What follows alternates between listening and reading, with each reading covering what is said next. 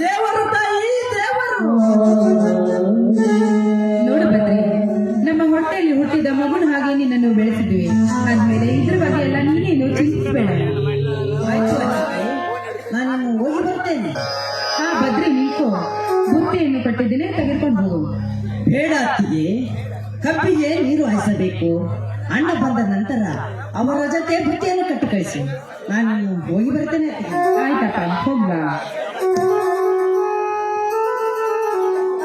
ತಂದೆ ಶ್ರೀ ಮಾರುತೇಶ್ವರನ ಈ ನಮ್ಮ ಸುಂದರವಾದ ಸಂಸಾರದಲ್ಲಿ ಯಾವುದೇ ದುಷ್ಟರ ಕಣ್ಣು ನಮ್ಮ ಮೇಲೆ ಬೀಳದ ಹಾಗೆ ನೋಡಿಕೊಳ್ಳುವ ಜವಾಬ್ದಾರಿ ನಿಂದಪ್ಪ. ಈ ನನ್ನ ಮುದ್ದಾದ ಮೈದನಿಗೆ ಯಾವುದಾದ್ರೂ ಒಂದು ಒಳ್ಳೆ ಕನ್ನೆಯನ್ನು ದೊರಕಿಸಿಕೊಡಂತೆ ಮಾಡು ತಂದೆ, ಮಾಡು ನೀನು.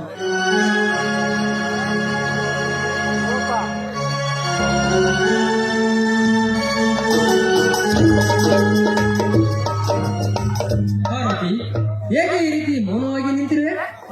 ಏನೂ ಇಲ್ಲ ರೀ, ಹಾಗೆ ನಿಂತಿದ್ದೆ ಅಷ್ಟೇ. ಇಲ್ಲ ಪಾರ್ವತಿ, ನಿನ್ನ ಮುಖ ನೋಡುತ್ತಾ ಇದ್ದರೆ ಏನೋ ಮನದಲ್ಲಿ ಚಿಂತೆ ಇರುವ ಅನಿಸುತ್ತದೆ. ಈ ನಿನ್ನ ಪತಿರಾಯನ ಮುಂದೆ ಹೇಳಲು ಸಂಕೋಚವೇನು?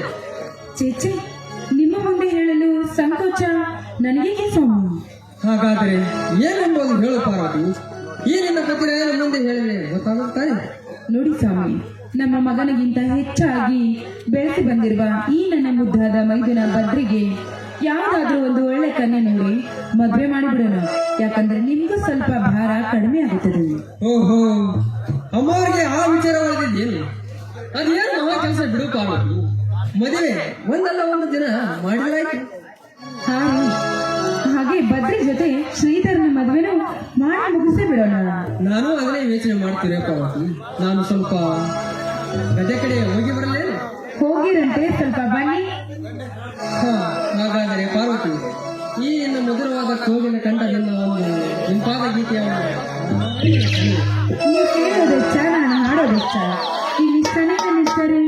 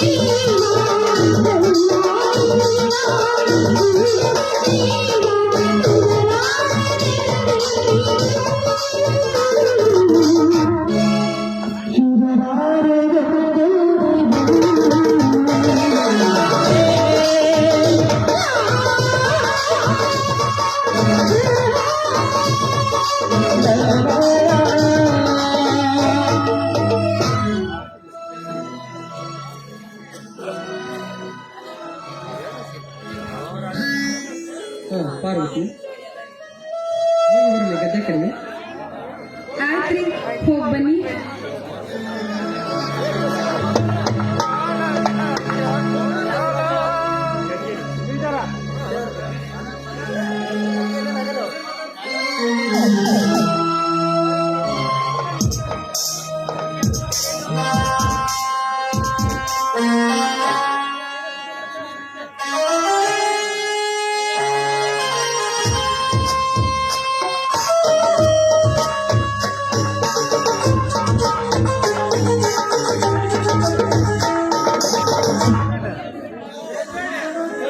ಅಕ್ಕ ಅಕ್ಕ ಮಾವ ಯಾರು ಕಾಣಿಸ್ತಾನೆ ಇಲ್ಲ, ಎಲ್ಲಿಗೆ ಹೋಗಿರೋರು?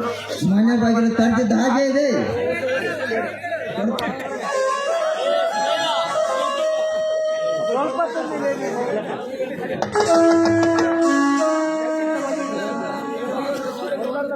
ಹಾ ಬಾರಪ್ಪ ಶ್ರೀಧರ, ಯಾವಾಗ ಬಂದ್ರಿ?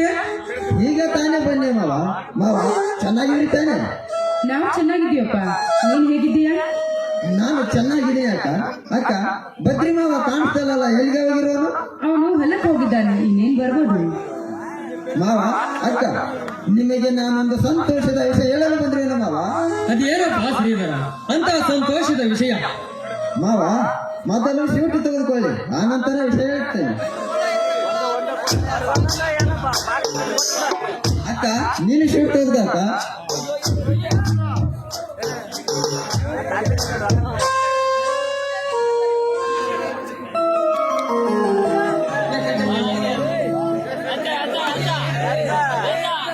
ಹಾ, ಇದೇನಪ್ಪ ಸಿಹಿ ತಿಂಡಿಯ ವಿಚಾರ, ಅದೇನಂತ ಸ್ವಲ್ಪ ಬಿಡಿಸಿ ಹೇಳ್ಬಾರ್ದಾ? ಅಕ್ಕ ನಾನು ನಮ್ಮ ಕಾಲೇಜಿನಲ್ಲಿ ಫಸ್ಟ್ ಕ್ಲಾಸ್ ಆಗಿ ಪಾಸ್ ಆಗಿದ್ದೀನಕ್ಕ. ಸಂತೋಷವಾಯ್ತು ಶ್ರೀಧರ, ಸಂತೋಷವಾಯ್ತು.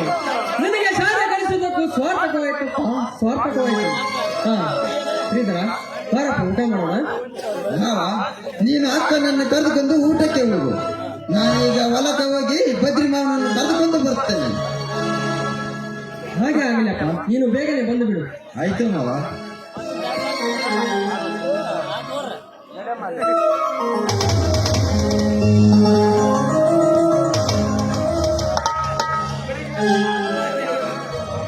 ಹೇ ತಂದೆ ನಿರುಪಾದೇಶ್ವರ, ನನ್ನ ತಂದೆ ಕಂಡಿರುತ್ತ ಕನಸು ನನಸಾಗುವ ಸಮಯ ಈಗ ಕೂಡಿ ಬಂದಿದೆಯಪ್ಪ.